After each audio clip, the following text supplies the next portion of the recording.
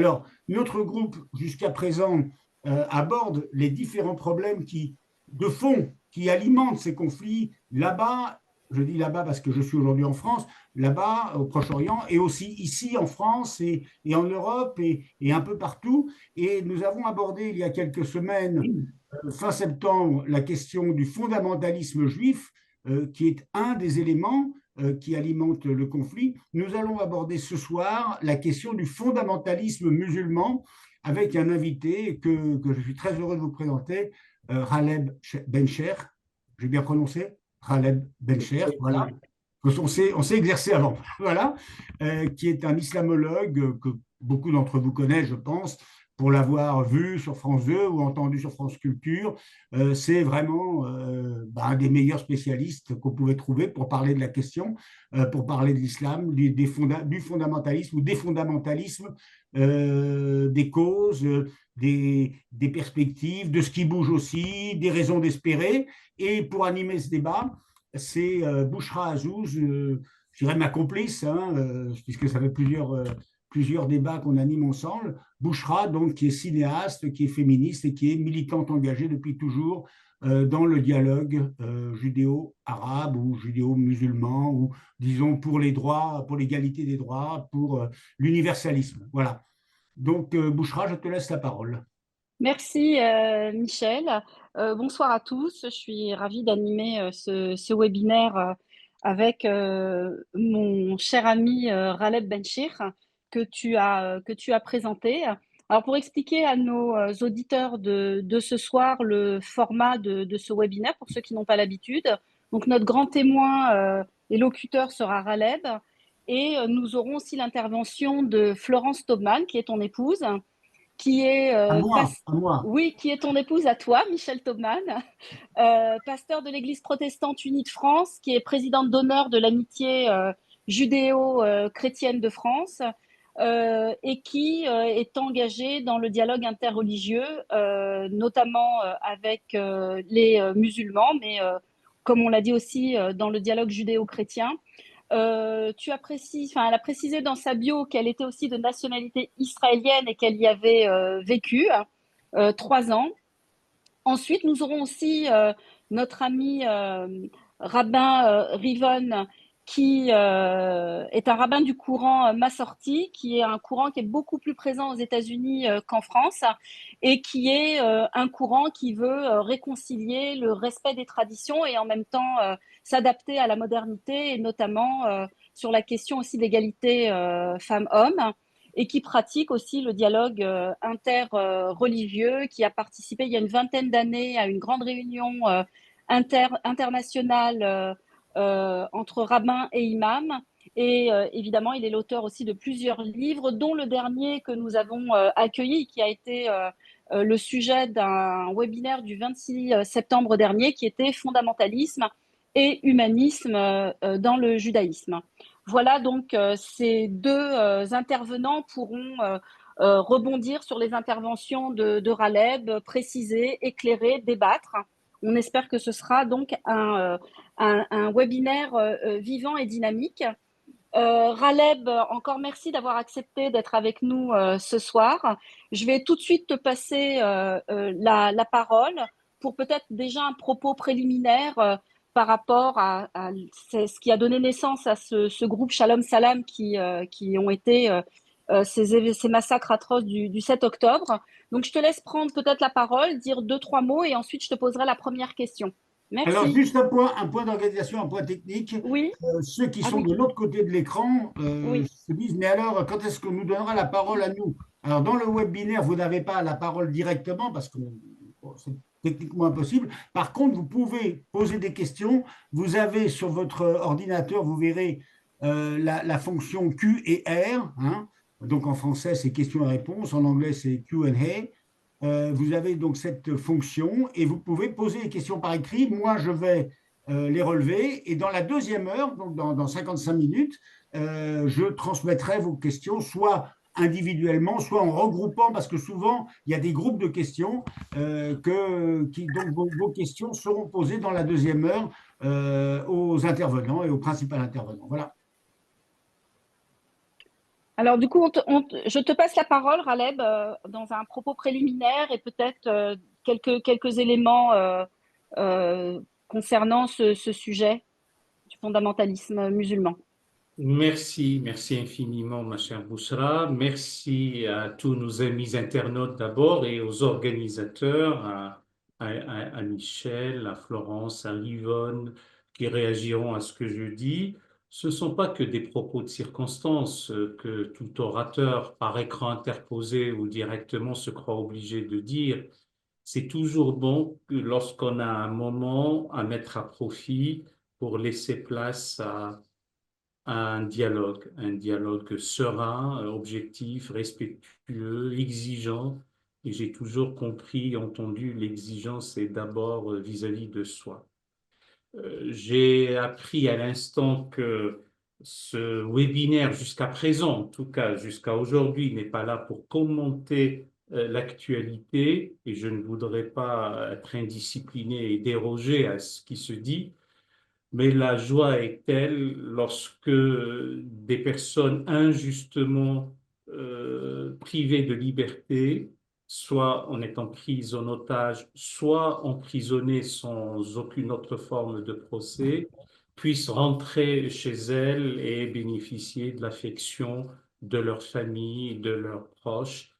Euh, c'est bien aussi de s'en réjouir et d'en parler. Euh, C'est vrai que tu m'avais demandé de dire quelque chose. Je ne vais pas trop m'y appesantir, mais j'aimerais bien préciser quelques points fondamentaux qui ne concernent peut-être pas directement notre sujet, le fondamentalisme islamiste, et auquel je me plierai volontiers, mais c'est un peu la fameuse injonction, amicale ou pas, d'où parles-tu, camarade, depuis mai 68, j'ai cru comprendre. Et je ne parle qu'au titre de témoin. Je suis peut-être locuteur principal ce soir. Je ne suis pas grand intervenant, je suis simplement un témoin, un mortel parmi les mortels, et je crois à quelques points fondamentaux. Le premier, aucune cause, si noble soit-elle, aucune révolte, si légitime soit-elle, aucune justice, quelle qu'elle soit, n'autorise le massacre des innocents. Et on ne peut pas réparer des erreurs, des fautes, des crimes, des injustices en commettant d'autres. Et surtout lorsque cela atteint des êtres innocents qui n'ont rien à voir. Et la justice ne peut pas être substituable à d'autres ou les punitions collectives. Le deuxième est donc ce qui a pu se passer le 7 octobre de la part de ceux qui ont attaqué injustement des personnes tranquilles chez elles, sont des crimes de guerre qu'il faut qualifier comme tels. Et ça, cela relève du terrorisme abject. Le deuxième point, je ne les dis pas nécessairement dans l'ordre. Je ne crois pas à l'idée d'une solidarité inconditionnelle et une solidarité instinctive ou d'instinct. La solidarité va de pair toujours avec le droit et la justice. Si ma mère a raison, elle a raison. Si elle a tort, elle a tort. Il se trouve que ma mère n'est plus de ce monde et il n'y a pas à supposer qu'Albert Camus lui dit aussi clairement un jour, on n'a pas, on ne doit pas avoir cette conception canuséenne de la justice. Il y a un aphorisme du prophète de l'islam qui dit aide ton frère qu'il soit oppresseur ou opprimé. Et ses compagnons lui ont dit ah, quand il est opprimé, on le comprend, mais quand il est oppresseur. Et il avait répondu c'est pour qu'il lève son oppression. C'est comme ça que tu l'aides et c'est comme ça que tu es solidaire avec lui. La troisième idée fondamentale pour moi, c'est que lorsqu'on se défend, et on doit se défendre, et on a la légitimité de se défendre, on ne se venge pas.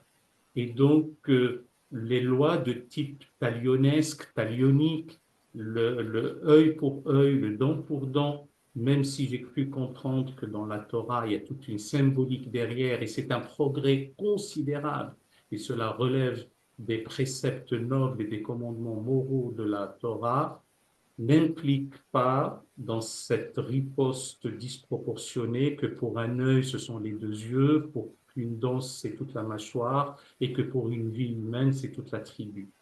Tout simplement parce que la vengeance appelle la vengeance et la violence appellent la violence. Et le reste, et je finis là-dessus, il nous faut quand même une boussole si nous voulions sortir de l'ornière. Et cette boussole, quoi qu'elle paraisse insuffisante, c'est ce que nous appelons le droit international ou la légalité internationale. Voilà. Si ces choses-là, petit à petit, sont respectées, j'ai la faiblesse de croire que nous pourrions avancer un peu. Maintenant, soit je réponds à ta question, soit j'entre in medias res pour le sujet, sur le sujet qui est le fondamentalisme islamiste. Bien sûr, Je pense, les propos que j'ai dit tout à l'heure méritent qu'on s'y appesantisse, qu'on les développe, mais je les ai donnés sous forme un peu télégraphique et très, très ramassée. C'est pour dire en gros d'où je parle par respect et par estime et par considération de nos amis internautes qui peut-être pourraient ne pas être d'accord avec moi et je l'accepte. Je ne serai jamais dans la surenchère, ni dans la surchauffe, ni dans une quelconque réaction. J'essaie de garder la tête froide. merci, cher Aleb. Ben, pour poser un cadre quand même par rapport au sujet qui nous amène ce soir, je pense que nombreux sont les personnes qui sont venues ce soir nous écouter, s'interrogent sur l'état du monde, mais aussi l'état de la société, notamment aussi française, qui s'est vue euh, traversée par des événements extrêmement tragiques, hein, des attentats terroristes. On ne va pas tous les citer, mais d'une violence inouïe. On pense aux attentats de Toulouse où des enfants ont été abattus à bout portant parce qu'ils étaient juifs, des attentats du Bataclan. Enfin voilà, on est quand même dans une situation où cette question, elle traverse absolument de façon transversale toute la société et partout on s'interroge de savoir comment s'est installé ce radicalisme. Alors je ne sais pas quels sont les bons termes, ça serait intéressant que tu nous éclaires aussi sur est-ce qu'on dit fondamentalisme, est-ce que ce mot-là suffit à décrire ce dont on veut parler, c'est-à-dire une approche du religieux qui confisque tout discernement, tout, tout humanisme, toute empathie et qui confine à la violence. C'est de cet islam-là qu'on parle, parce qu'évidemment, comme dans toutes les religions, il y a des gens qui sont rigoristes, pour autant n'iront pas aller assassiner à bout portant des enfants ou poser des bombes. Donc il y a cette montée de, on va dire, fondamentalisme. Si tu as un autre terme pour décrire tout ça, on sera évidemment tout oui. Mais qu'est-ce qui, selon toi, explique cette montée d'une radicalité depuis au moins la deuxième moitié du XXe et peut-être même avant? Ça sera déjà notre première question. Alors, ta question est si dense et qu'elle nécessite des colloques ad hoc. Je Bien ne sûr. veux pas l'éluder en commençant à parler ainsi. Tu as dit à deux ou trois reprises quand même. Et permets-moi d'enlever le quand même. Nous avons connu, notamment en France, depuis 2012, donc c'est bien plus qu'une décennie, une séquence de terreur abjecte, ignominieuse et inacceptable. Euh, on ne peut pas, on ne doit pas, c'est la conscience humaine elle-même qui est plus que heurtée lorsque on tire à bout portant sur des enfants, ou quiconque d'ailleurs. Donc cette séquence a été inaugurée par le criminel Mohamed Merah. On pourrait dire, et nous l'espérons, qu'elle prendrait fin j'ai été prudent en utilisant le conditionnel, je devrais dire elle prendra fin, et encore avec l'assassinat du professeur Dominique Bernard. Et on se retrouve sur une séquence de 12 années de terreur, d'abjection et de terrorisme finalement. Ça a dû culminer, si ça a un sens dans ce que je dis, parce que la souffrance est la souffrance et la terreur est la terreur, il n'y a pas de gradation, avec l'annus horribilis de 2015. La rédaction de Charlie Hebdo, l'hypercachère, le Bataclan et ce qu'il y a pu y avoir entre les deux. Je n'ai jamais été homme à minimiser la moindre chose. Le cas précis des Kouachi, des Koulibaly, des Mera, que j'appelle par antonomase, comme étant la figure ou l'incarnation du terroriste, ce ne sont pas ceux qui ont lu le Coran, ce ne sont pas ceux qui ont appris telle ou telle chose de la vie et de ce qui a pu sous-tendre une civilisation impériale sur 15 siècles. Néanmoins, et le néanmoins n'est absolument pas une restriction, toute tradition religieuse a ses parts d'ombre, à son fanatisme, à son obscurantisme. Et maintenant, pour répondre à ta question, pour la seconde moitié du XXe siècle, où les choses se sont exacerbées.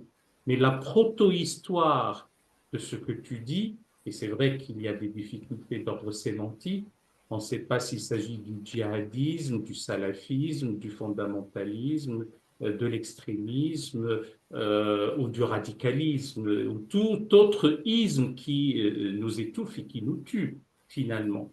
Mais la proto-histoire de tout cela est peut-être le wahhabisme du XVIIIe siècle. La préhistoire pourrait remonter à la secte des assassins dans la citadelle d'Alamout. Ça, on est au XIe siècle.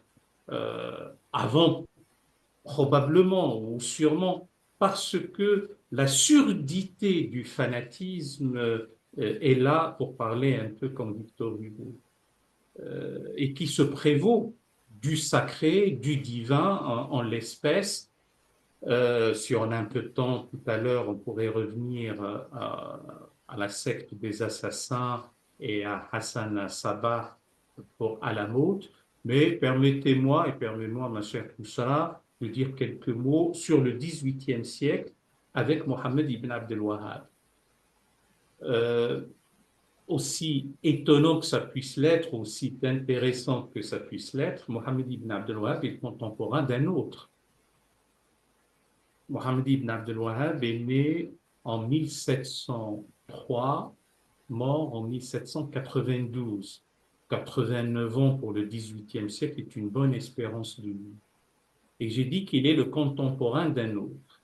Cet autre est né en 1724 et mort en 1804, de mémoire. Le premier, donc Ibn Abdel Wahhab, son intelligence, son instruction, sa formation, sa vision du monde, sa Weltanschauung, si je puis dire, l'ont amené à écrire des ouvrages traitant de la manière de se rendre dans une mosquée, comment faire des ablutions, certes un petit traité sur l'unicité de Dieu, sur le monothéisme, mais le reste tourne autour de la visite des tombes et comment, encore une fois, se prémunir des grands péchés. Et son contemporain nous a écrit la religion dans les limites de la raison critique, de la raison pure. Donc vous avez deviné qu'il s'agit du maître de Königsberg, Emmanuel Kant, et nous sommes dans une contemporanéité où d'un côté, on peut et on doit critiquer la religion et même la raison elle-même, et de l'autre, on en a un qui, de son point de vue à lui, voulait préserver, disons, la religion de Dieu. Ce qu'on ne sait pas, et même très peu de musulmans savent, que son propre frère, Sulayman ibn Abdel Wahhab, était déjà contre lui et il avait écrit un ouvrage intitulé La réfutation, les foudres divines dans la réfutation du wahhabisme. Et il se trouve, hélas, ça a toujours été le cas, la collusion de la religion avec la politique a fait en sorte que la tribu des Al-Saoud et son émir, son chef, a cru utiliser, domestiquer, instrumentaliser, manipuler le discours et la radicalité de Mohammed ibn Abdel Wahhab par des épousailles au sens premier du terme, puisque la fille du cheikh ibn Abdel Wahhab a épousé le fils de l'émir. Et c'est le fameux pacte de Najd, Najd étant cette région du centre d'Arabie, qu'on n'appelait pas à ce moment-là encore l'Arabie saoudite. Après, parce que la réponse risque d'être longue, on va avoir à la seconde moitié du 19e siècle, à côté de la Nahda, un terme arabe qui veut dire renouveau, renaissance, réveil, et qui était un mouvement plutôt romanesque, littéraire, politique, journalistique, avec la liberté de la presse, artistique. À côté de ce mouvement-là, et un autre sur les bords de la Volga qu'on oublie de citer, qui était celui d'une sorte de sortie de la crise véritable et de la régression tragique à laquelle est arrivée la civilisation islamique d'une manière générale. Il va y avoir un mouvement dit de réforme, et de réforme religieuse. Et ce mouvement de réforme religieuse ne va pas aboutir. Pour X raisons, et qui, curieusement et paradoxalement, va asseoir le salafisme. Alors, j'utilise un mot peut-être qu'on entend souvent, mais on ne le définit jamais ou peu. Le salafisme est un mot en isme construit sur le terme arabe salaf, qui veut dire ancien, les pieux anciens ou les ancêtres ou les devanciers considérés comme des êtres vertueux et pieux. Et donc les salafistes seront ceux qui vont suivre les qualités, le mode de vie, la façon de voir des pieux anciens. Parce que eux n'ont pas été corrompus ni par les innovations blâmables, ni par la modernité, ni par l'évolution, et encore, comme ils étaient les pieux anciens, ils étaient proches de la prédication mohammedienne et de la période du ministère apostolique du prophète. Et donc, je reviens à mon mouvement de réforme de la fin du 19e siècle et à la charnière 20e, ce mouvement de réforme qui effectivement va considérer l'importance de la science, de la raison, etc. Mais ils y avaient introduit quelques idées de type salafiste. À ce moment-là, le terme n'était pas encore péjoratif ou problématique, et qui était il vaut mieux revenir à la pureté, cette fois-ci éthique, ou en tout cas à l'intégrité. On n'est pas encore dans l'intégralisme, on est dans l'intégrité de la piété de ses devanciers ou de ses ancêtres ou de ses premiers, disons sur 3 générations de musulmans sérieux, propres, intègres, etc. On peut citer leur nom, Jamaldin Afrani, ayant pour disciple Mohamed Abdou, ayant lui-même comme disciple un certain Rachid Reda, et ce Rachid Reda va finalement opter plus pour le wahhabisme que pour la laïcité voulue notamment par Mustafa Kemal Atatürk. Deuxième point, chez les puristes de la langue française, quand il y a deuxième, il va y avoir forcément un troisième. Donc le deuxième point, c'est que avec l'abolition du califat, on est en 1928, on est en 1924. Le califat n'a aucune valeur sacrale, bien sûr. Il a commencé avec un homme en 632, Abou Bakr, Boubacar si on le francise, et il est fini avec un homme, en réalité avec la Grande Assemblée nationale turque, qui le 3 mars, du 3 au 6 mars 1924, a décidé l'abolition du califat et le décret a été signé par Mustafa Kemal Atatürk. Cet événement a donné lieu à deux approches totalement orthogonales ou antinomiques ou disjointes. La première était celle de se réjouir. Il y avait des intellectuels musulmans qui s'étaient réjouis, qui s'étaient félicités, qui avaient même regretté que cette abolition fût aussi tardive, et elle avait donné lieu à l'ouvrage considérable, remarquable et remarqué, très peu connu par nos compatriotes, L'islam et les fondements du pouvoir d'un certain Ali Abdelaziz, où il montre effectivement, où il démontre qu'il n'y a aucune raison de regretter cette abolition du califat, bien au contraire, puisque, comme je l'ai dit, le califat n'a aucune valeur sacrale. Et l'autre lecture, tout à fait opposée, est celle d'avoir perçu, avec l'abolition du califat, un séisme et un traumatisme terrible. Et donc, c'est l'unité de la Ummah, un autre terme arabe, qui, dans l'absolu, ne veut rien dire d'autre que nation ou communauté. On dit bien les Nations Unies en termes arabes, l'Ummah al-Muttahida. Mais en l'espèce, c'est la communauté des croyants musulmans, et ceux-là, ceux qui étaient traumatisés par l'abolition du califat et la perte, selon eux, de l'unité de la Ummah, de la communauté des croyants, tenaient, voulaient insister pour que la restauration du califat fût une réalité. Je mets de côté, parce que nous n'avons pas le temps, les manœuvres de Fouad Ier qui voulait être calife à la place du calife, ou tel autre roi ou souverain qui tenait à reprendre en quelque sorte la charge du calife. Je mets ça de côté et je viens vers Hassan al-Banna, un jeune instituteur qui finalement va fonder la confrérie, l'association, la secte, si on veut, des frères musulmans, et avec tout un programme. Et, j'assume mon propos, une escroquerie morale et intellectuelle qui consiste à dire que l'État moderne, l'État westphalien en quelque sorte, peut avoir et doit avoir le Coran comme une constitution.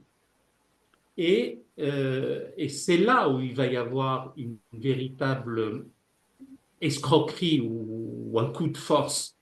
Et beaucoup de gens, de jeunes gens, ont mordu à cette idée de ne pas avoir besoin d'une constitution au sens d'un droit positif, mais plutôt le Coran comme une constitution. Bien sûr, je synthétise et je saute plusieurs aspects.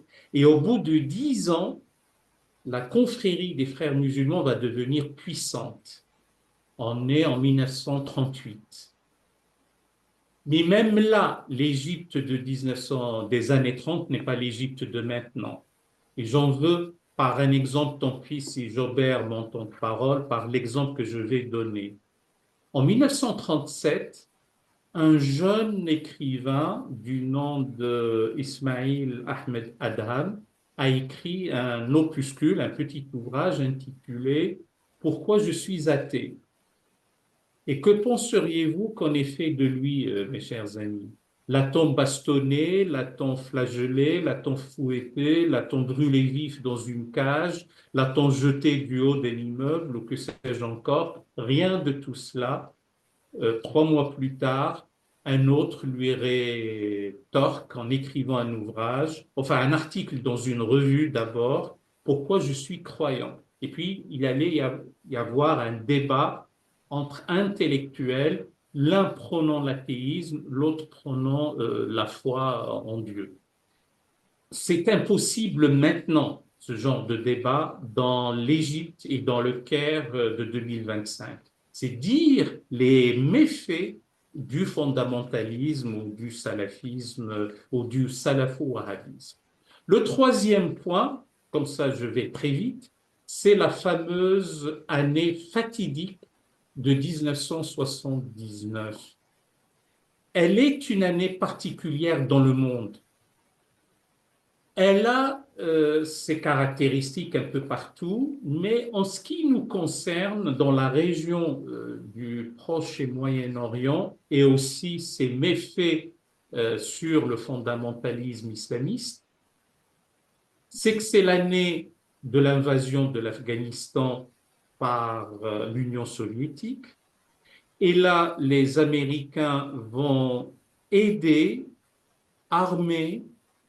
À l'époque, on les appelait les moudjahidines, on ne les appelait pas djihadistes. C'est quand même la même racine, du même mot, qui ne veut pas dire d'ailleurs guerre sainte, mais ça c'est un autre débat, le djihad. D'un côté, les moudjahidines sont sympathiques, et puis il faut bien qu'ils boutent hors du territoire afghan l'armée rouge. Et les mêmes moudjahidines, plus tard, vont devenir djihadistes où les choses vont changer. Donc, il y a ça. Mais il ne suffit pas d'aider les moudjahidines, il y a aussi l'état d'esprit, leur vision du monde, comme je dis. Le deuxième point, c'est bien sûr la révolution khomeiniste, avec l'islamisme politique, et qui, pour une fois, l'Iran ne parle pas des héritiers de la Grande Perse et de la civilisation des Perses, je parle de cet Iran un peu ratatiné, va vouloir exporter sa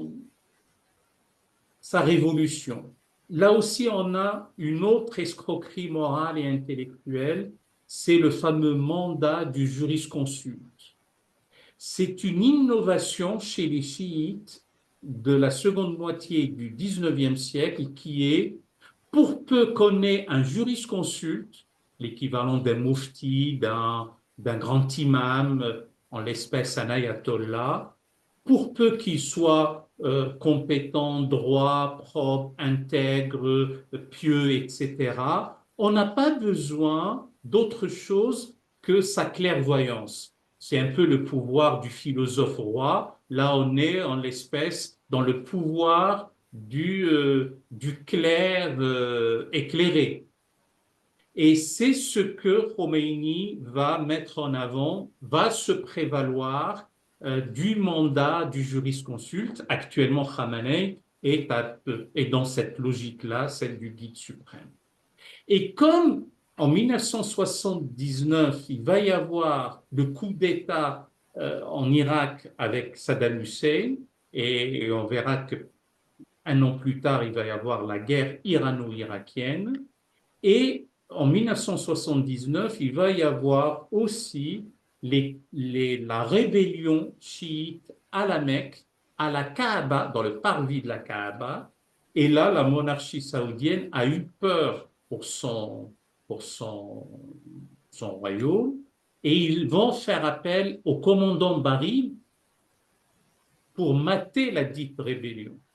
Et il va y avoir une surenchère dans le fondamentalisme ou dans le rigorisme pour que les Saoudiens qui sont en manque de légitimité dire « Ah, si Khomeini vous vend le voile, le rigorisme, la loi de Dieu qu'on appelle charia, mais le mot est beaucoup plus dense que cela, eh bien avec nous et avec notre wahhabisme, notre doctrine wahhabite, on a encore mieux. » Et avec leurs pétrodollars, etc., vont faire en sorte que toute l'Afrique et surtout dans une rivalité avec l'Église chrétienne ou les églises chrétiennes, qui d'ailleurs se traduit par le minaret et le Clocher. le clocher. Ah, merci Florence. Et donc, voilà. Et là, il va y avoir une salafisation des esprits véritable, que d'ailleurs les sociétés, notamment d'Afrique du Nord, je ne parle même pas de l'Égypte, de Dom Kalsoum, ou du cinéma égyptien, ou des arts égyptiens, je parle des sociétés musulmanes d'Afrique du Nord, qui commençait à être gagné par de forts courants de sécularisation, là, ces sociétés-là vont être sensibles au salafisme et au wahhabou-salafisme saoudien. Si je peux me permettre, Aleb, pardon, En plus, excuse-moi, juste pour préciser un point, c'est que l'antagonisme quand même entre les chiites et les sunnites, il remonte quand même à la mort du prophète, avec ce conflit justement qui va naître de qui va succéder, qui va être le premier calife. Et ça, c'est quelque chose qui reste quand même fortement prégnant, en fait, même encore aujourd'hui, dans le conflit du Proche-Orient avec le Hezbollah, avec les chiites du Liban. C'est quelque chose quand même qui vient de très très loin dans cette histoire. alors, ma chère Bouchra, tu as raison. euh, Tu as quasiment raison sur tout. Le quasiment, je vais te l'expliquer. C'est vrai qu'à la mort du prophète, c'est le meilleur exemple d'ailleurs que le califat n'est ni dans le Coran ni dans l'enseignement prophétique. Il suffisait simplement de l'appliquer s'il y avait une quelconque consigne. Selon en tout cas la version standard que nous connaissons tous, le prophète meurt, il est rappelé au compagnon suprême, comme on dit, mais il n'a laissé aucune consigne quant à sa succession. Bon, les chiites diront plus tard s'il a désigné son cousin Ali, mais les sunnites plus tard vont occulter cette affaire-là. Mais selon la version connue de tous, il n'avait pas laissé de consigne quant à sa succession. D'abord parce que, un, il n'était que prophète, si je puis dire, il n'était pas, comme on le dit, chef d'État, généralissime, homme politique ou que c'est, au roi, il n'était que prophète. Certes, arbitre, juge, primus inter pares, on acceptait son autorité, enfin ceux parmi les premiers musulmans, d'ailleurs qu'on appelait croyants, l'appellation musulman est venue bien plus tard, bien. Et les partisans d'Ali, parce que très tôt, Ali, gendre et cousin du prophète, l'époux de Fatima, la fille du prophète, son gendre et son cousin, puisqu'il était le fils aussi de son oncle, certains avaient pensé qu'il devait perpétuer en quelque sorte le souffle prophétique, comme si c'était, c'est moi qui utilise le terme, une dynastie d'ordre royal. Les autres, qui étaient un peu plus nombreux, je caricature à peine, et le propre de la caricature est de grossir le trait, de faire gagner beaucoup de temps, c'est de dire, Ali est merveilleux, formidable, tout ce que vous voulez, mais nous pensons que Boubacar, plus tard Omar, Othman, etc., ont les qualités requises pour guider la communauté. Le mot élection n'est pas tout à fait le bon, mais c'était quelque chose d'électif. En tout cas, on a porté allégeance pour Boubacar. Les partisans d'Ali, parce que le mot chiite ne veut rien dire d'autre que être partisan d'eux. Moi, si j'avais ma carte chez LR, j'aurais été un partisan de Laurent Wauquiez, donc un chiite de Wauquiez, ce qui n'est pas le cas. C'est pour qu'on comprenne que veut dire chiite, être partisan d'eux. Eh bien, les premiers partisans d'Ali n'étaient pas contents de voir que le califat, et le mot califat, c'est la charge d'un calife, et le calife, c'est le successeur d'eux, n'a pas été pour Ali, leur champion, mais pour Boubacar. Et ils étaient encore mécontents qu'à la mort de Boubacar, c'est plutôt Omar. Donc ils étaient doublement déçus.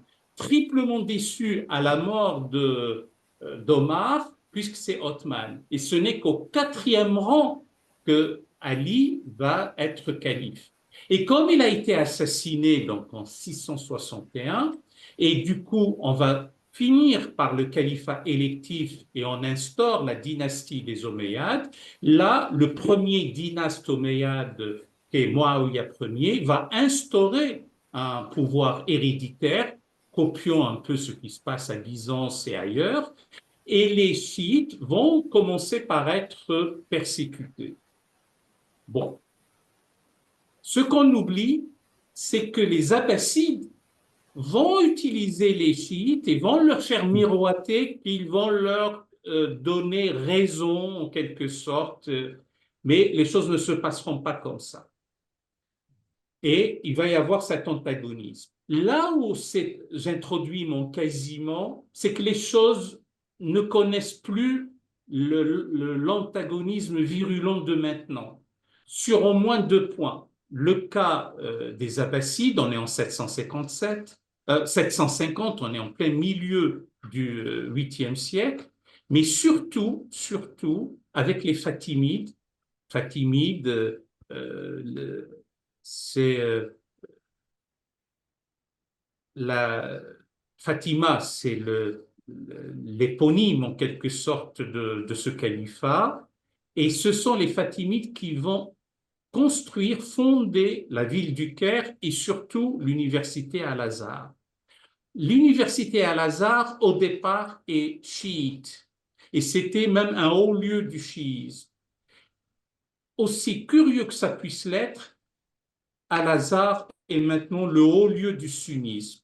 Et la transition s'est faite d'une manière très sereine. Donc, et le haut lieu du chiisme va devenir Najaf, Karbala, dans l'Irak actuel et la partie occidentale de l'Iran actuel. Et jusqu'aux années 50, en Iran, en Irak, au Liban, au Yémen, on pouvait avoir des épousailles et là aussi des mariages entre sunnites et chiites. La question ne se posait pas.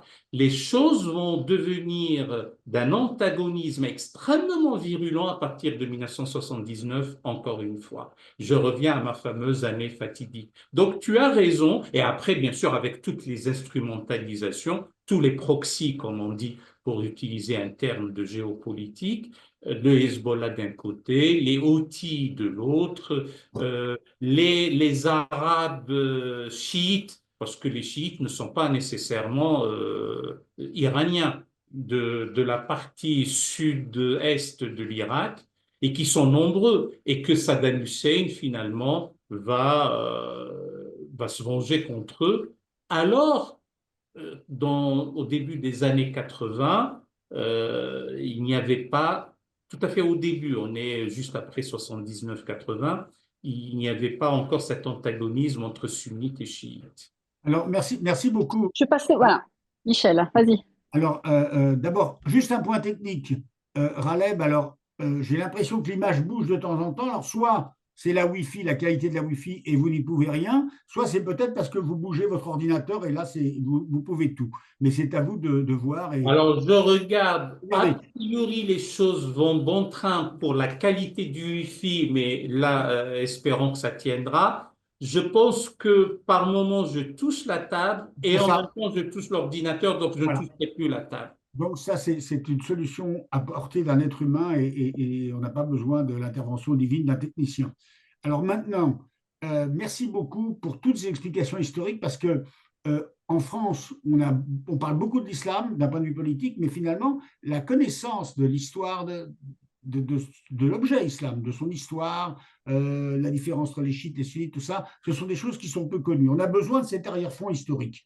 Mais je vais profiter de la question d'un auditeur, je ne sais pas si on dit un auditeur ou un webinariste ou un spectateur, Monsieur Gérard Elie, qui met les pieds dans le plat, parce que la question qu'il pose, c'est une question sur lesquelles beaucoup de gens ont une réponse et sur lesquelles moi je n'ai pas de réponse, et c'est pour ça d'ailleurs qu'on discute avec vous, mais beaucoup de gens ont une réponse très tranchée et assimilent totalement l'islam et l'islamisme ou le fondamentalisme. Alors cette question, c'est celle de M. Bernard Elie, Gérard Elie, pardon, M. Gérard Elie, qui dit: le fond du problème n'est-il pas dans certains versets du Coran qui peuvent conduire à la haine? Certains de ces versets ont été mentionnés dans une conférence, etc., etc. Et il donne des exemples. Alors, je ne vais pas vous lire les exemples, mais ce que dit ce monsieur est une chose qui est quand même très couramment répandue en France et dans le monde occidental, où on explique que il n'y a finalement pas que l'essence même de l'islam, c'est le fondamentalisme, et c'est l'islamisme, c'est même l'extrémisme. Vous voyez. Et donc là, est-ce que le fondamentalisme est dans le Coran ou est-ce qu'il y a plusieurs interprétations? Et en posant cette question, je vous la pose à vous, mais je la pose aussi aux représentants des deux autres religions, chrétiennes et juives, qui ont aussi leur propre texte sacré et dans lesquels il y a aussi des phrases qui peuvent être discutées et qui, tirées de leur contexte, peuvent être interprétées. Voilà. Mais en tout cas, c'est une question qui se pose beaucoup en Occident, et je dois dire que c'est une question qui ne se pose pas tellement en Israël, parce qu'en Israël, l'islamisme est vu vraiment comme un problème politique. Il viendrait à l'idée de personne en Israël de demander l'interdiction du port du voile. Hein, il n'y a pas de ce point de vue-là, et on a de plus en plus de femmes musulmanes en Israël qui portent le voile et qui affirment aussi ce retour identitaire, mais comme du côté des Juifs, il y a aussi ce retour identitaire, ce n'est pas une question politique. Par contre, en France, c'est une vraie question politique. Alors, est-ce que certains versets du Coran devraient aujourd'hui être interprétés différemment, être discutés plus qu'ils ne le sont par les musulmans eux-mêmes? Alors, mon cher Michel, moi, je n'ai rien fait d'autre que de répondre à la question de Bouchra et j'ai parlé et répondu aux questions d'ordre historique et d'explication sémantique. Nous aurions eu cette question tout à fait au début, nous aurions gagné 50 minutes de notre webinaire et elle est fondamentale et que personne ne doit éluder. Il se trouve que votre serviteur est musulman. Je ne le mets pas en avant, je ne le tais pas non plus. Et on pourrait penser que je suis dans une apologie mièvre pour taire un peu ce qu'on appelle les versets douloureux, problématiques, etc. Je ne participe absolument pas de cette vision des choses. Dans ceux qui veulent penser que l'essence même de l'islam, intrinsèquement, d'une manière organique, structurelle, est fondamentaliste et problématique, grand bien leur fasse et qu'est-ce que vous voulez qu'on leur dise et qu'on leur fasse. De l'autre côté, dire que l'islam est une religion de paix, formidable, merveilleuse, etc., ils se trompent aussi. Donc, moi, mon petit problème, c'est qu'il ne nous reste que 8 minutes, en gros, pour parler de ça. Non, Mais non, non, non, on a 38 minutes ou 40 minutes, on a le temps encore. bon, allons-y. Oui, c'est vrai, dans le Coran, on a des versets problématiques, douloureux, belligènes, martiaux, guerriers. On a 6236 versets coraniques, à supposer que l'approche quantitative ou quantifiée soit pertinente. Et sur ces 6236 versets coraniques, on en a 70 qui sont extrêmement durs. Je vais vous en lire un, ce qu'on appelle une péricope, une unité textuelle. Quand les mois sacrés auront expiré, il est autorisé à ceux qui ont été injustement chassés de leur demeure de combattre les mécréants. Combattez-les où que vous les trouviez jusqu'à ce qu'ils s'acquittent de l'aumône et qu'ils accomplissent la prière. S'ils te demandent asile, accorde-le leur afin d'écouter la récitation de la parole de Dieu. S'ils s'inclinent à la paix, incline-toi vers elle et ne transgressez pas, car Dieu n'aime pas les transgresseurs. Point. Fin de citation. Pour peu qu'on lise, on ne lit même pas lorsque les mois sacrés auront expiré. Et on lit simplement, il est autorisé à ceux qui ont été chassés injustement de leur demeure de combattre les mécréants combattez-les où que vous les trouviez jusqu'à ce qu'ils s'acquittent de l'aumône et qu'ils accomplissent la prière. Pour peu qu'on extrait hors contexte ce passage, on dit qu'on a une légitimation par le texte et une garantie par le divin d'aller auxir les mécréants. Encore faut-il définir lesquels. Et ceci a été utilisé à travers l'histoire et même maintenant, parce qu'il est toujours facile de recourir au sacré et au divin pour commettre l'irréparable. En revanche, il y a aussi à côté au moins ces 3 versets, et je ne procède pas par un choix sélectif, parce que Daesh ne fait que ça. On procède par un choix sélectif. Le premier, c'est « Et quelle meilleure parole que de se dire « Je m'en remets à Dieu ». La bonne action et la mauvaise ne sauraient aller de pair. Rends le bien pour le mal et tu verras celui dont une inimitié te séparait de lui se transformer en ami et protecteur chaleureux. Mais n'y parvient que celui qui sait faire preuve d'une grande patience et n'y parvient que celui qui est siège d'une grâce infinie. » Ce sont les versets de 34 et 35 de la sourate 41. Quelqu'un qui est enclin à l'amour, à la bonté, à la miséricorde, va lire ce verset et voudra l'appliquer. Celui dont le cœur est enclin à la belligérance, à la bagarre et à la guerre, trouvera une justification dans l'autre.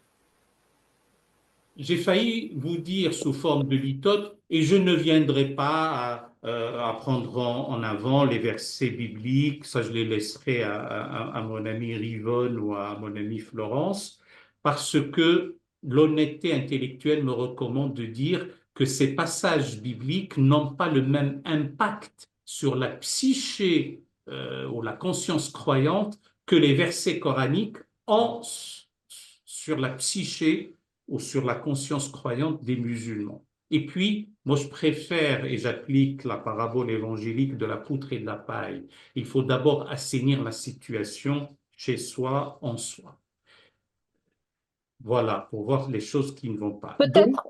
la réponse, ce n'est pas intrinsèque, ce n'est pas structurel, c'est conjoncturel. Sinon, nous n'aurions pas eu la dynastie des Ibn Agrella à Grenade, qui sont des juifs de père en fils, vizirs. Le vizir est l'équivalent du Premier ministre maintenant. Sinon, nous n'aurions pas eu la dynastie des Moghols pour les empires moghols, si on savait ce qui se passait à Kaboul sous Akbar ou ce qui se passait sous Jehangir, pour ne citer que l'empire moghol. Je ne parle pas de l'empire safavide ou l'empire ottoman avec ses hauts et ses bas. Donc non, il y a toute une tradition dite soufie, mais et alors à supposer par extraordinaire que c'est intrinsèque.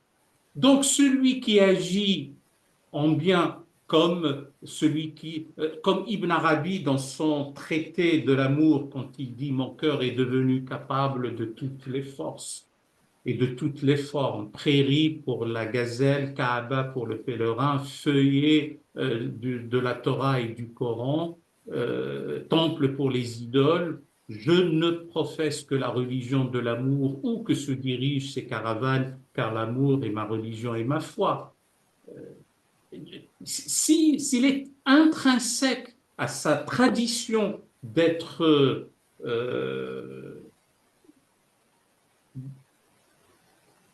acrimonieux contre autrui, c'est par extraordinaire qu'il ait pu nous donner cela. Ou quelqu'un comme Hafez, par exemple. Hafez, Ibn Arabi, c'est 1165-1248.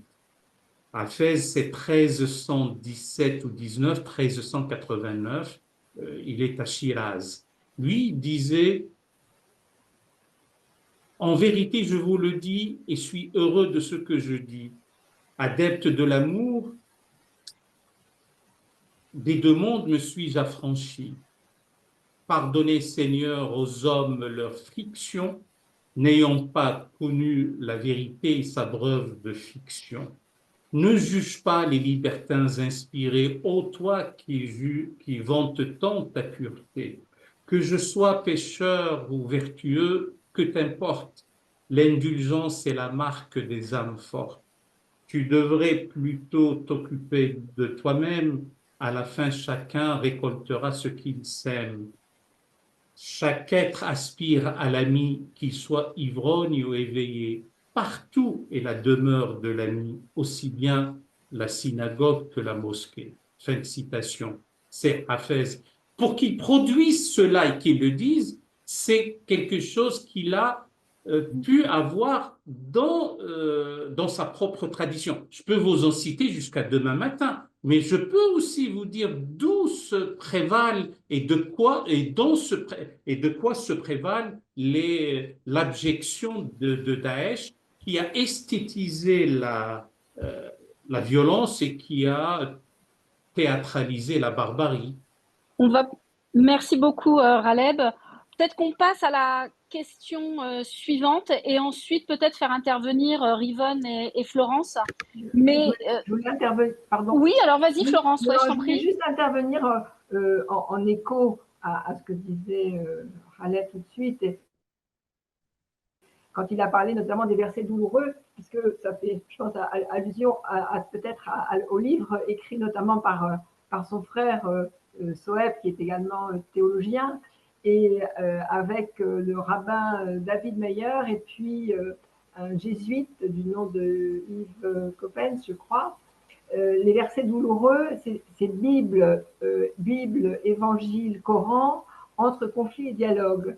Et dans cet ouvrage, justement, les trois théologiens pointent tous ces versets dangereux qui incitent à la violence et qui sont utilisés de manière pour justifier justement la violence, même s'il faut faire des différences entre les degrés de violence ou entre les circonstances historiques.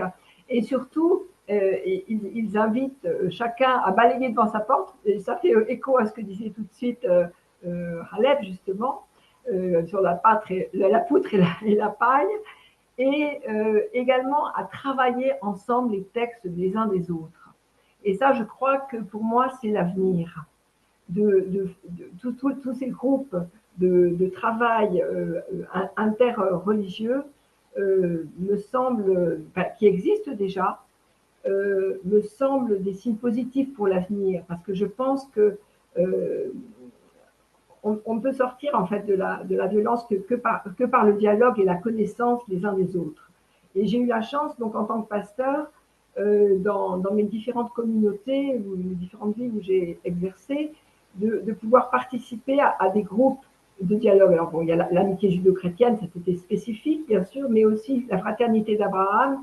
Et je repense à des travaux faits à Versailles ou à Limoges, où nous avons travaillé justement entre les différents chrétiens, catholiques, protestants, évangéliques aussi, musulmans et juifs, sur des textes et sur des mots. Nous avons beaucoup travaillé sur les mots. Qu'est-ce qu'on entend par les mots quand on est musulman, quand on est juif, quand on est protestant, quand on est catholique. Et je pense que contre ces utilisations violentes des textes, rien ne vaut la rencontre et le dialogue. Voilà. Bouchra, si tu permets, je voudrais dire un Oui, mot très bref je aussi. t'en prie, bien sûr, Yvonne. Parce que je pense que Raleb touche à une question fondamentale sur la question du fondamentalisme qui traverse l'ensemble des religions. Et il a touché un point qui est un point, à mon avis, qui est très mal compris par une partie très large du public. C'est qu'on a l'impression que la religion est déterminée par les textes sacrés et par les versets. C'est vrai, mais c'est partiellement vrai. Les versets ne parlent jamais tout seuls. Ils sont toujours lus à travers un prisme.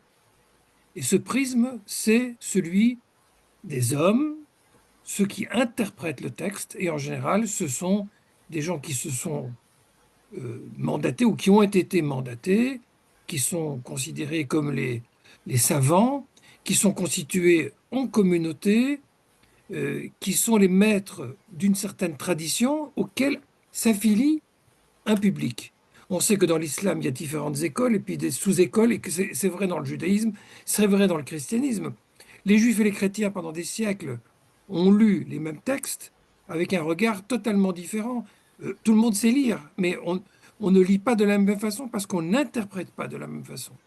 Moi, je donne souvent une image, parabole, pour comprendre cela. Quand on regarde le fonctionnement d'une cellule, on sait que dans le noyau, il y a toute l'information conservée dans l'ADN.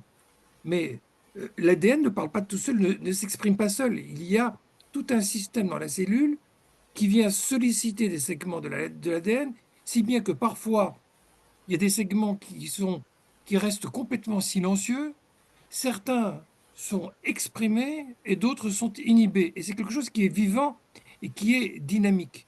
Je vais te donner un exemple très très concret. Pendant des siècles, les chrétiens ont lu dans les épîtres de Paul un antagonisme radical entre judaïsme et christianisme, entre foi et loi, enfin je ne rentre pas dans les détails.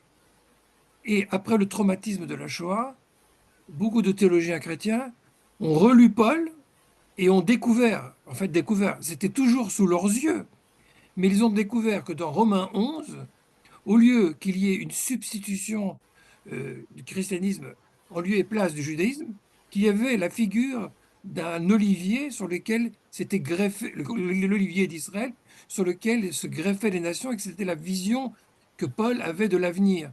Autrement dit, une vision d'adjonction et non pas de substitution. Bon, les versets n'ont pas changé. Ce qui a changé, c'est le regard. C'est le regard bienveillant, c'est-à-dire l'état d'esprit d'une communauté. Ce que Raleb disait avec ses mots pudiques, le psychisme d'interprétation du texte. Ben, ce psychisme, il est aussi collectif. Et c'est là-dessus qu'il faut travailler. Ce sont les traditions de lecture qui peuvent être radicales, qui peuvent être fondamentalistes, ou qui, au contraire, qui peuvent être humanistes. Voilà, je ne veux pas en dire plus parce que je ne veux pas mobiliser la parole. Oui, Moi, je dirais un petit mot aussi, mais vraiment en 30 secondes. Je pense aussi que plus cette idée se répand dans la société que l'islam est intrinsèquement mauvais, ça nous renvoie, nous musulmans, à une nature qui serait déviante par, euh, par sa source elle-même, quoi. Et il n'y a rien de pire parce que ça confisque finalement la possibilité de faire nation, de faire collectif.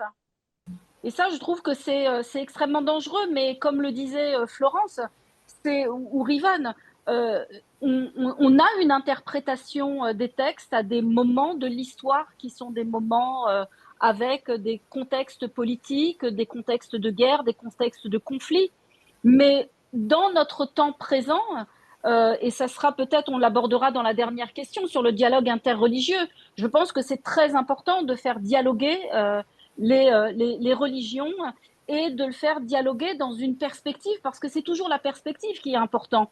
La perspective qui est notre humanisme, notre universalisme, et comment, en ayant nos particularismes, eh bien, on est capable de faire collectif et de construire dans la même direction une société apaisée, épanouissante, émancipatrice. Donc voilà, je voudrais juste dire ça. Mais du coup, ça fait rebondir pour la question suivante, qui va aussi nous intéresser de plein fouet, qui est ce conflit au Proche-Orient qui, d'aucuns estiment qu'il est un conflit stricto sensu politique, d'autres qu'il est un conflit éminemment religieux. En tous les cas, je pense qu'on est un peu des deux, mais que pour ce qui nous concerne là dans notre débat de ce soir, peut-être de comprendre aussi quelle est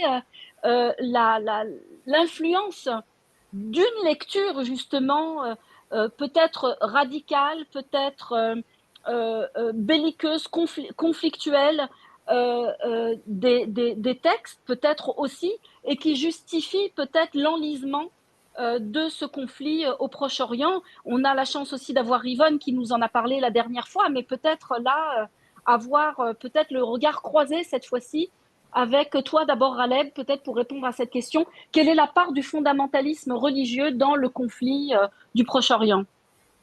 Alors, j'essaie d'être un homme discipliné et par moments, je m'écarte un peu de la discipline. Je répondrai à ta question volontiers. Je voudrais, si tu me le permets, dire Bien un sûr. mot sur, en France notamment, les musulmans sont perçus comme intrinsèquement mauvais. Il y a une spécificité française maintenant, elle remonte à quelques décennies, c'est vrai. En revanche, l'islamophilie du XIXe siècle est totalement méconnue.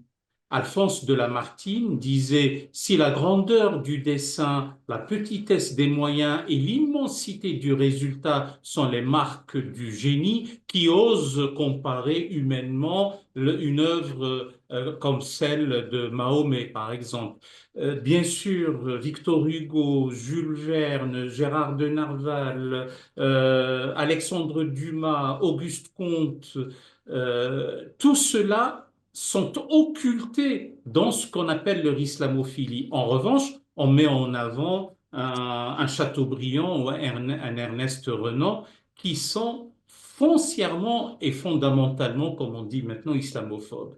Donc ça devient une affaire de connaissance, de culture, de revisitation de l'histoire, de faire appel au temps long pour aplanir les difficultés du temps présent. Et la spécificité française, peut-être qu'une autre fois on pourra en parler, ce n'est pas le sujet maintenant. La réponse à ta question est la suivante. Il y a deux thèses parallèles. Je donne la mienne, je peux me tromper. Il y a ceux qui disent, dès le départ, le conflit au Proche-Orient est un conflit d'identité, notamment entre judaïsme et islam, à supposer qu'on ait des religions elles-mêmes qui peuvent entrer comme ça en conflit, mais en tout cas les adeptes du judaïsme et les adeptes de l'islam, pour des considérations à la fois identitaires, irréductibles dans cette altérité, dans cet autre qui se trouve être d'une autre religion, et la question de territoire est venue exacerber les choses. Peut-être que ça a une quelconque pertinence. Personnellement, je ne le pense pas et je ne le crois pas. Et je prends comme témoin ou comme argument l'œuvre de Meir Baracher. Meir Baracher est si ce n'est l'un des plus grands islamologues, si ce n'est le plus grand islamologue vivant, et c'est un islamologue israélien. Et dans son ouvrage Les Juifs dans le Coran, montre que, selon la phraséologie coranique, on a trois formes. On a les fils d'Israël, on a ceux qui se judaïsent ou ceux qui se sont judaïsés, et on a les Juifs. Quand il s'agit de la première catégorie, les fils d'Israël, les propos sont dithyrambiques, élogieux, laudatifs. Ô fils d'Israël, rappelez-vous les bienfaits dont je vous ai comblés. Et pour Meir Baracher, ces passages-là sont anhistoriques ou métahistoriques, universels, de portée atemporelle. Il y a ceux qui se judaïsent ou ceux qui disent nous sommes juifs ou ceux qui se sont judaïsés, parce que l'appellation arabe ou la phrase arabe permet cette construction, c'est quelque chose de factuel. Le verset 62 de la sourate, le verset 60 de la sourate 2 dit: ceux qui ont cru, ceux qui se judaïsent, ceux qui disent nous sommes chrétiens et les sabéens n'éprouveront nulle crainte ni tristesse. Voilà quelque chose de factuel. Un juif appliquant la Torah n'éprouvera ni crainte ni tristesse. Et je fais vite parce que chacune des phrases que je dis là nécessite une bonne explication. En revanche, les juifs tout court, il s'agit des juifs de Médine. Et là, c'est quelque chose de conjoncturel et c'est quelque chose de circonstanciel. Il s'agit des juifs de Médine qui avaient fait alliance avec les Qurayshites, la tribu mécoise, pour des considérations contingentes. Et de leur point de vue, ils avaient raison. Voilà un homme qui dit: je suis prophète de Dieu, alors que la prophétie s'arrête à Malachie. On attend le Messie. Et en plus, il était banni par son propre clan et par sa propre tribu. Il n'y a aucune raison d'encourir le courroux de la tribu de Quraysh pour un homme banni. Et pour des considérations, encore une fois, de commerce, de négoce et si j'ose dire, de géostratégie. Point. Maintenant que des gens du Hamas ou d'autres du Hezbollah ou que sais-je encore vont profiter des passages polémiques, imprécatoires contre les Juifs de Médine et leur donner une portée universelle et l'appliquer au conflit du Proche-Orient dans le cadre du conflit israélo-palestinien, dont je pense personnellement, je peux me tromper, qu'il est avant tout et surtout un conflit de territoire et un conflit d'ordre politique. J'ai compris que ce soir, ce n'est pas le moment d'en parler, mais parce qu'il faut aussi trouver des solutions et des réponses d'un État binational, d'une confédération, de deux États viables, garantissant la sécurité et la prospérité, si j'ose dire, pour les uns et pour les autres. On en parlera la prochaine fois. Oui, J'ai mais compris qu'on en parlera la prochaine fois et donc je ne donnerai pas mon avis ce soir. Bon, donc le fondamentalisme aidant et surtout, pas que pour le Proche-Orient, d'une manière générale, la régression, moi-même j'ai utilisé le terme régression. J'ai la faiblesse de croire, sans apologie nièvre de ma part, que la civilisation islamique a atteint un apogée civilisationnel qui aurait culminé avec Soleiman le Magnifique ou d'autres. Et puis, ça a connu, pour X raisons, dont on essaie de comprendre le faisceau convergent de ces raisons, politiques, militaires, théologiques, culturelles, géographiques, topographiques, culturelles, qui ont amené la stagnation, le coup d'arrêt, et puis la régression.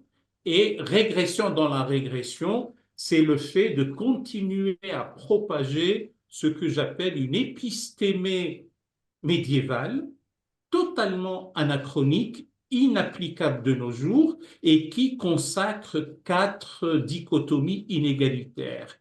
La première, le primat du croyant sur le non-croyant. Bien sûr, la prééminence du musulman sur le non-musulman. Et après, c'est le primat de l'homme sur la femme. Et après, même si on n'en est pas là, mais pour certains ça continue, l'homme de bonne extraction, l'homme libre par rapport à l'homme de basse extraction ou l'homme esclave. Bien sûr, cette vision des choses médiévale, ce que j'ai appelé l'épistémie médiévale, est totalement éculée, obscurantiste, passéiste et rétrograde. Il faut la dépasser totalement par une épistémée moderne, contemporaine, qui consacre la modernité politique et intellectuelle, avec la laïcité comme un acquis de cette modernité-là, et qui est une conquête de l'esprit humain, et parce que on ne gouverne plus la cité selon le désir politique de Dieu, que certains ont cru pénétrer et ils ont scruté la volonté divine et donc ils l'imposent à leurs semblables. alors, Donc, sur la dimension religieuse du conflit, peut-être Yvonne, on en parlait l'autre jour et n'est pas d'accord avec Taleb. oui, mais j'ai dit à Rivonne la dernière fois, et ils l'entendront, que lorsqu'on n'est pas d'accord avec moi, c'est une occasion pour moi d'apprendre. Là, justement, Alors, j'ai Laurent, l'occasion de te dire ce soir que je partage très largement ce que tu viens de dire, et je voudrais peut-être renchérir et dire que ce que tu viens de décrire comme l'épistémie médiévale, c'est-à-dire cette espèce de doctrine qu'il existerait une sorte de hiérarchie intrinsèque, sectaire, qui donne des droits à certaines catégories par rapport à d'autres et que c'est inextricable. C'est exactement, tu viens de décrire en quelques mots le noyau de ce que moi j'appelle le fondamentalisme aujourd'hui, c'est-à-dire l'idée de revenir à une sorte de prétendue hiérarchie initiale qui serait l'ordre authentique, alors que la vision de la modernité ou la vision de l'humanisme, c'est celle qui parle de l'intuition que Dieu a créé l'homme à l'image de Dieu, homme et femme, et que il faut tendre vers cette équité et vers cette universalité. Tout l'enjeu est là. Mais personnellement, et là on diverge peut-être, mais j'en suis pas convaincu, c'est que je considère que la problématique est ce que j'appelle holistique. Euh, le, le- le national, le territorial et le religieux sont profondément entremêlés. Dans la vision triomphaliste, triompher sur un territoire, c'est en même temps triompher de sa vérité religieuse en antagonisme avec une religion jugée inférieure. Et on est de nouveau dans cette catégorie hiérarchique. Il y a les vraies religions et les fausses religions, les religions déviantes ou ceux qui ont falsifié. C'est un discours ou l'autre. Les Juifs vont dire que les musulmans ou les chrétiens ont dévié. Et les autres vont dire qu'on a mal lu les Écritures ou qu'on a falsifié. On est toujours dans cette logique d'exclusivité. Et c'est là le fond du problème. Je crois qu'on ne peut pas traiter de la question territoriale sans voir le discours religieux qui alimente la suprématie territoriale. Et, et inversement, on ne peut pas traiter de la religion sans voir que la question territoriale vient alimenter les thèses radicales. Voilà, c'est la nuance que je voudrais apporter. Laurence? Oui, et juste peut-être préciser un tout petit truc aussi, parce que je ne regarde pas les interventions des auditeurs, mais j'imagine que beaucoup se posent quand même la question, notamment sur le conflit au Proche-Orient et sur le Hamas ou le Hezbollah. C'est quand même c'est pas des partis politiques neutres, ils sont quand même, ils trouvent quand même leur source dans une approche radicale de la religion. Donc, est-ce qu'on peut vraiment déconnecter euh, cette radicalité religieuse du conflit? Alors, Florence aurait dû répondre, mais si tu Non, veux. non, mais en fait, je suis d'accord avec vous sur le fait que tout est entremêlé. Je pense Oui, et ce qu'a dit Rivonne à propos de cet enchevêtrement du territorial, du politique, du religieux, de l'identitaire, j'y souscris tout à fait, bien entendu. et puis en plus, je pense qu'il y a aussi un antagonisme entre une modernité, une hypermodernité qui va de plus en plus vite, et puis justement ce désir de retourner en arrière et à des mythes passés. En fait, donc ça crée aussi des antagonismes très forts et violents, je pense. Oui, euh, tout à l'heure, en parlant de cette épistémie médiévale, je vois le temps s'écouler et je n'ai pas le temps de dire par quoi il faut la remplacer par la fameuse épistémée moderne ou contemporaine, sans qu'on verse dans une modernité décriée, non sans raison sur certains points. Maintenant, je réponds à la question de Bouchra, parce que s'il y a une chose dont j'ai horreur, c'est qu'on pense que j'élude les questions épineuses, cruciales ou fâcheuses. Au contraire, il faut y aller. Le Hezbollah ne veut rien dire d'autre que le parti de Dieu. C'est Bien la sûr. définition même de la dénomination du parti en tant que tel. Et y a-t-il un fondamentalisme ou un radicalisme ou une idiotie? C'est pas la peine d'injurier les gens comme ça, mais y a-t-il une idiotie ou une crétinisation des esprits que de vouloir se dire les autres sont des partis de mécréance ou humains ou je ne sais trop quoi, alors que nous sommes le parti de Dieu. Hizb veut dire parti, Allah, Dieu, donc Hezbollah, tout simplement. Et là, c'est pour des musulmans eux-mêmes, d'ailleurs chiites ou sunnites ou d'autres, parce qu'on oublie qu'il y a encore les kharijites, c'est intolérable. C'est une confiscation de disons, de l'appartenance à Dieu. Et donc ceux-là disent qu'ils gouvernent, d'abord c'est le parti de Dieu, ils sont bénis par Dieu et ils voudront appliquer les lois divines et que sais-je encore. Donc, le, la caractéristique religieuse est présente déjà dans la dénomination. Pour le Hamas, on est dans la même situation. Hamas se trouve être à la fois un acronyme et qui a un sens. C'est l'excès de zèle, c'est le zèle. Et Hamas, c'est le mouvement de la résistance islamique. Et on veut chercher l'épithète islamique pour rattraper des choses, comme un peu la République islamique d'Iran. Qu'est-ce qu'elle a d'islamique, cette République? Rien. Rien, parce que la République n'a pas de confession. On ne confessionnalise pas une République ou l'État islamique de Daesh ou que sais-je encore. Donc, le fait de caractériser la résistance islamique, c'est pour gagner davantage les rigoristes ou les pieux ou ceux qui pensent que cela, en se battant pour Dieu et pour l'honneur de Dieu et je ne sais trop quoi, ils veulent avoir davantage de légitimité que le Parti communiste palestinien de Georges Habash ou de je ne sais trop qui. Et donc, la donne religieuse vient, selon eux, donner davantage de crédit, de légitimité, le fait de faire miroiter que si la vie ici-bas est ratée, il vaut mieux finalement ne pas la vivre que de la vivre dans l'oppression et dans l'humiliation ou sous occupation. Et de toute façon, on n'est que de passage sur Terre. Autant œuvrer pour un au-delà annoncé comme meilleur et durable, mais pour pouvoir y accéder, il faut bien le mériter, et on ne le mérite que lorsque on tue les oppresseurs. C'est une rhétorique qui fonctionne.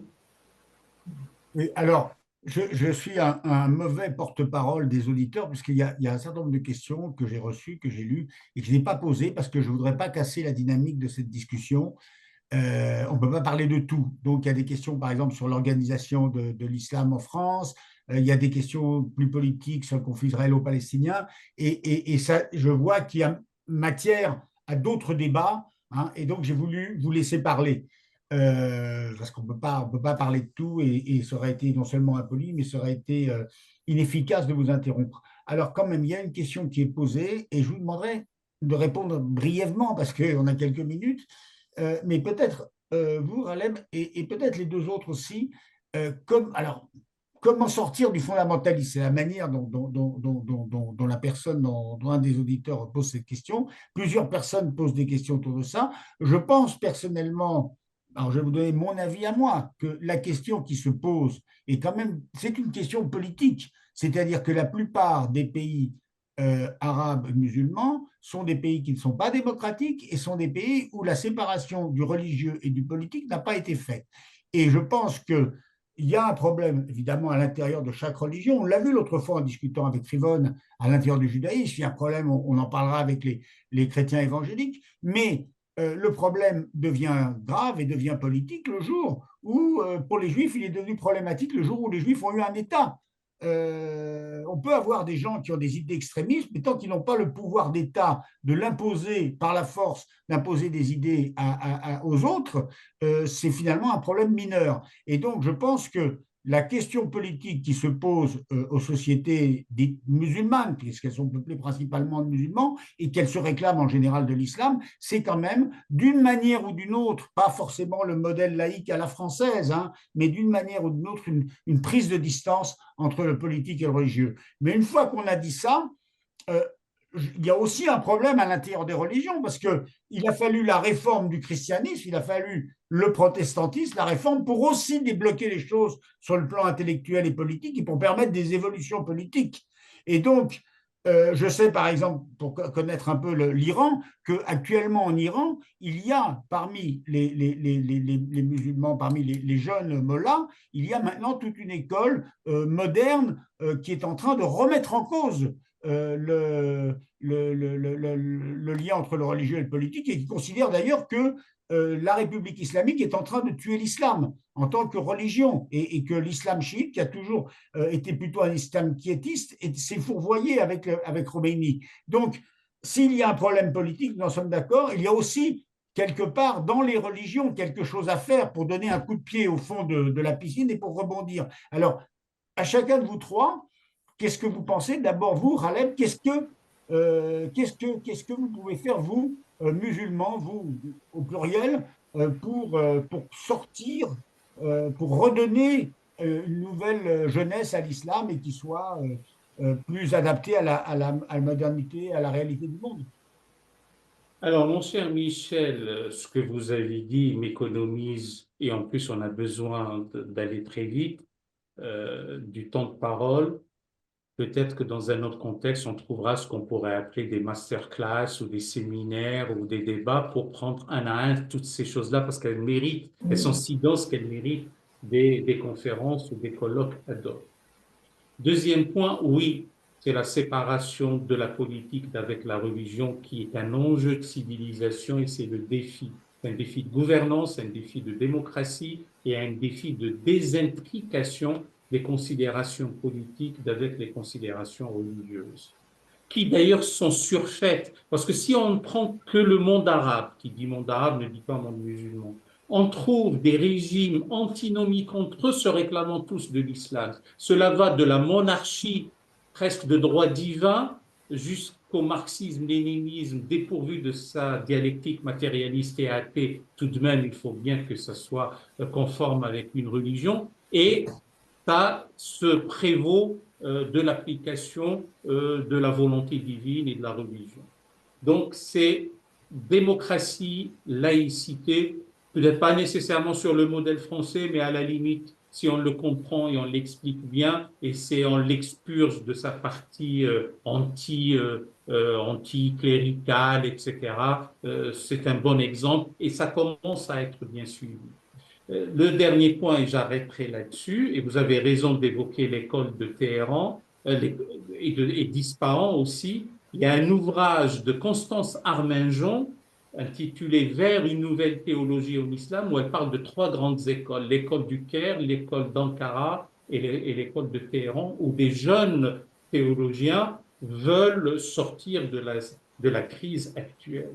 Donc, et j'arrête vraiment là-dessus, il y a 4 chantiers titanesques. Le premier est celui de la liberté de conscience. Le pire des méfaits est qu'un crime de lèse-conscience et on ne peut pas imposer à autrui, dans l'intimité de sa conscience, son salut, sa façon de voir, etc. Il faut gagner cette bataille de la liberté. Le deuxième chantier, sans vouloir passer en revue la devise républicaine, est celui de l'égalité. L'égalité ontologique entre les êtres, mais aussi juridique, par-delà l'appartenance confessionnelle, par-delà le genre, par-delà l'orientation métaphysique, etc. Le troisième chantier, tout aussi titanesque et important, c'est la désacralisation de la violence. Arrêter de croire qu'il y ait une quelconque efficacité à la violence et de surcroît qu'elle puisse être commanditée par la transcendance et qu'il y ait des phalanges angéliques telles des puissances célestes qui viennent aider les armées terrestres. Ça, c'est un modèle de l'archaïsme de la pensée. Et le quatrième chantier, tout aussi important, c'est l'autonomisation du champ du savoir et de la connaissance par rapport à celui de la révélation et de la croyance. On est dans 2 registres totalement distincts et il faut laisser à la recherche, aux études, au savoir, j'allais dire son autonomie par rapport aux questions religieuses, de foi, etc. Si à tout cela on ajoute l'humanisme, les humanités, les belles lettres, les beaux-arts, l'esthétique, la connaissance, l'instruction, l'acquisition du savoir, l'ouverture sur le monde, etc., il y a des voies indiquées pour sortir de l'ornière, même si on dit que le fanatisme ou le fondamentalisme ou les idées fanatiques sont comme des clous, plus on tape dessus, plus ça rentre. Donc, il ne faut peut-être pas taper dessus d'une manière frontale et directe, mais trouver des stratégies de contournement Et c'est comme ça qu'on ébranle, qu'on bouge un peu le clou pour l'extirper, et c'est par le questionnement, par l'esprit critique, par la connaissance, par la beauté, par ce que j'appelle le prérequis axiologique de l'exégèse coranique. Il ne peut pas y avoir d'interprétation qui ne respecte pas l'esprit critique, qui ne respecte pas l'éthique et qui ne respecte pas l'esthétique. Merci Raleb. Rubon, Florence. Florence, qui voulait parler, oui. Non, je voulais juste dire par rapport à la question du fondamentalisme et du texte, c'est que la réforme protestante, les réformes protestantes, ont marqué justement un retour au texte dans un esprit de critique des exagérations scolastiques de l'Église médiévale, en fait. Donc, c'était un retour au texte. Et donc, d'ailleurs, c'est pas un hasard s'il y a un fondamentalisme protestant, un fondamentalisme biblique protestant, qui s'est notamment développé en réaction à tous les travaux d'exégèse et de critique historique qui ont été réalisés à partir du 19e siècle. Très souvent, on a comme ça des mouvements de balancier. Donc, il y a toujours, le combat n'est jamais terminé. Mais ce n'est pas parce que c'est un fondamentalisme qu'il est violent. Le problème, c'est celui du fanatisme et de la radicalité politique, en fait. Mais ce que je voulais dire par rapport au fondamentalisme aussi, et on l'a vu là, c'est qu'en fait, moi je dirais qu'il faudrait à la limite que si fondamentalisme il y a par rapport à nos textes, il faut qu'il soit total. Parce qu'en réalité, on voit bien qu'il y a des sélections de textes. On regarde ce qu'on veut voir. Et selon les époques, selon les circonstances, selon les idéologies politiques, on va prendre tel texte ou tel autre. Par exemple, les gens qui sont opposés à la laïcité vont surtout pas parler de Jésus disant qu'il faut rendre à César ce qui est à César et à Dieu ce qui est à Dieu, ou qui va dire mon royaume n'est pas de ce monde. On va prendre autre chose. Donc, je pense que le travail des textes est quelque chose d'essentiel. Et j'insiste sur ce que je disais tout à l'heure, c'est-à-dire je crois que aujourd'hui le temps est venu en plus que cette approche soit pluraliste, c'est-à-dire qu'on travaille ensemble entre différentes religions sur les textes. Je crois que c'est quelque chose d'essentiel en fait. Moi, je voudrais dire un petit mot sur l'enjeu, comme on l'a dit, c'est-à-dire l'enjeu de théocratie ou de démocratie. Pour moi, il y a quand même quelque chose dont on ne parle pas dès lors qu'on est sur des débats religieux, c'est la question des femmes. Et je pense qu'on le voit bien, que ce soit en Iran, que ce soit en Afghanistan, ou dans d'autres pays où les femmes sont moins oppressées, mais où elles sont dans la conquête des droits, l'impulsion des femmes, c'est-à-dire les dynamiques qui sont portées par les femmes pour renverser l'oppression religieuse, est une manière comment dirais-je, de porter une critique radicale dans le sens d'un changement. Et je pense qu'on a un enjeu assez fort qui est porté par les femmes parce qu'elles ont un intérêt très concret, très pragmatique de renverser cet étau religieux et, comme on le disait tout au long de notre débat, de l'interprétation des textes qui leur est préjudiciable. Et donc ça, c'est très intéressant de voir comment les femmes iraniennes vont réussir à renverser, peut-être pas sous leur seule force, mais en tout cas, elles vont largement y contribuer, et que la démocratie, démos, ça ne peut venir que de la base, ça ne peut venir que de la volonté des gens à vouloir que leur vie soit régentée différemment que par la seule interprétation, comme le disait Rivonne, par des prismes qui ne vont pas dans le sens que devrait porter la religion, c'est-à-dire relier, créer du lien, créer les conditions d'une vie juste, apaisée, épanouissante, joyeuse, heureuse, là où pour le moment on n'apporte de la religion que les pires travers. Et je voulais juste peut-être ajouter en écho à ce que tu dis, Bouchra, qu'il y a des lectures féminines et féministes de la Bible, par exemple.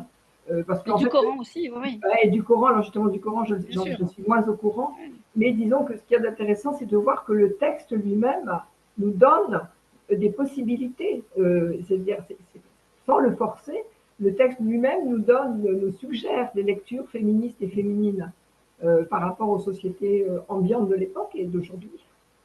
Rivonne, peut-être? Tu voulais rebondir? Ton micro est coupé. Ton micro est coupé, Rivonne. Oui, ce qui ressort de notre propos, je pense, c'est une pensée commune. Il faut remettre à plat les choses, il faut les remettre sur le métier. Et ça implique de déstabiliser un certain pouvoir, une certaine emprise.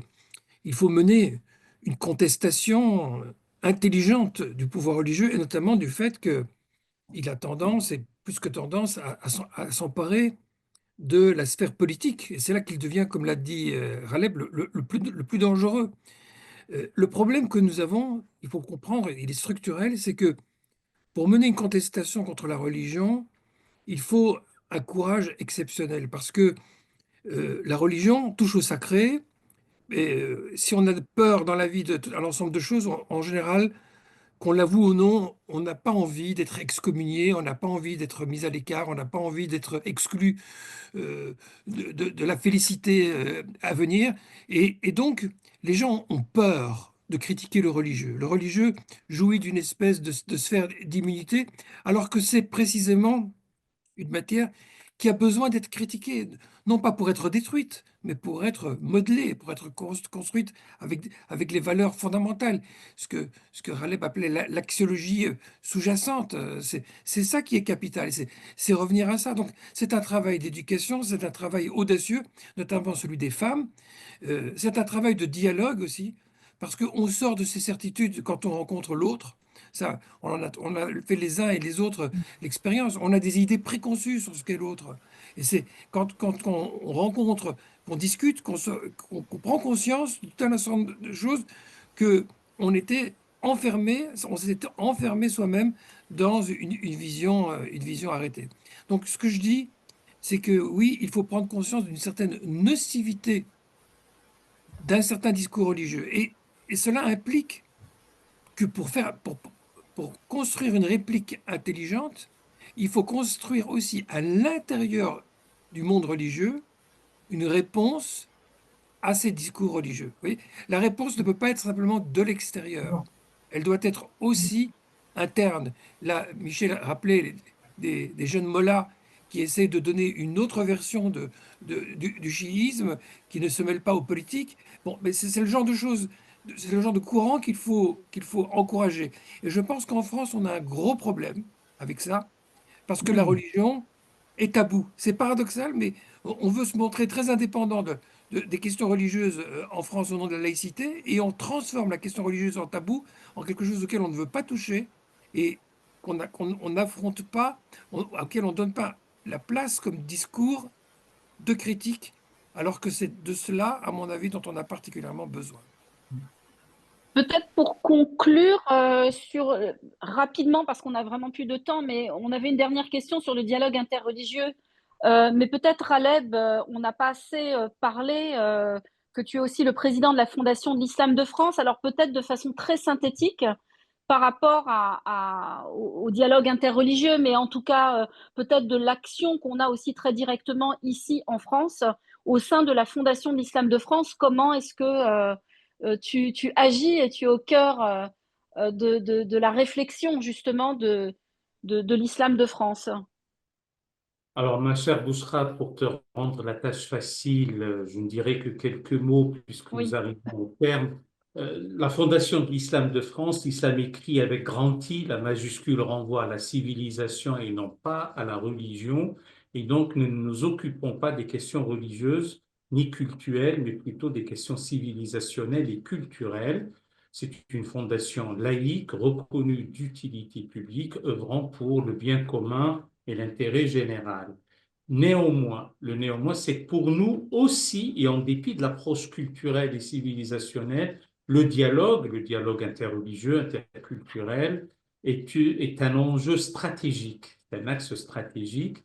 Euh, Hans Kung, qui est un théologien catholique décédé dans la nuit du 6 au 7 avril 2021 de mémoire, disait: il ne peut y avoir de paix véritable et honorable et durable dans le monde s'il n'y a pas au départ une paix entre les adeptes des traditions religieuses. Et pour pouvoir avoir cette paix entre les fidèles des religions, il faut qu'il y ait un dialogue serein. J'ai dit tout à l'heure, tout à fait au début, loyal, objectif, respectueux, exigeant et, et qui ne laisse pas les choses ni au mensonge, ni au faux fillon, ni... Voilà. Alors, on pourra en parler une autre fois parce que je t'ai promis d'être très concis et succinct, donc je le serai. Alors, oui, Merci, cher Aleb. Je te laisse conclure, Michel. Je voulais juste dire peut-être juste une chose pour rendre hommage à l'amitié judéo-chrétienne. Mais l'amitié judéo-musulmane avait repris ça, je crois, a repris ça aussi dans ses statuts. Dans le statut numéro 10, je crois, de l'amitié judéo-chrétienne, il n'y a ni entre nous ni prosélytisme ni syncrétisme, mais d'une écoute mutuelle et une reconnaissance les uns des autres et un travail commun. Et ça, il n'y a ni prosélytisme ni syncrétisme, ça dit bien ce respect mutuel qu'on peut avoir en travaillant ensemble.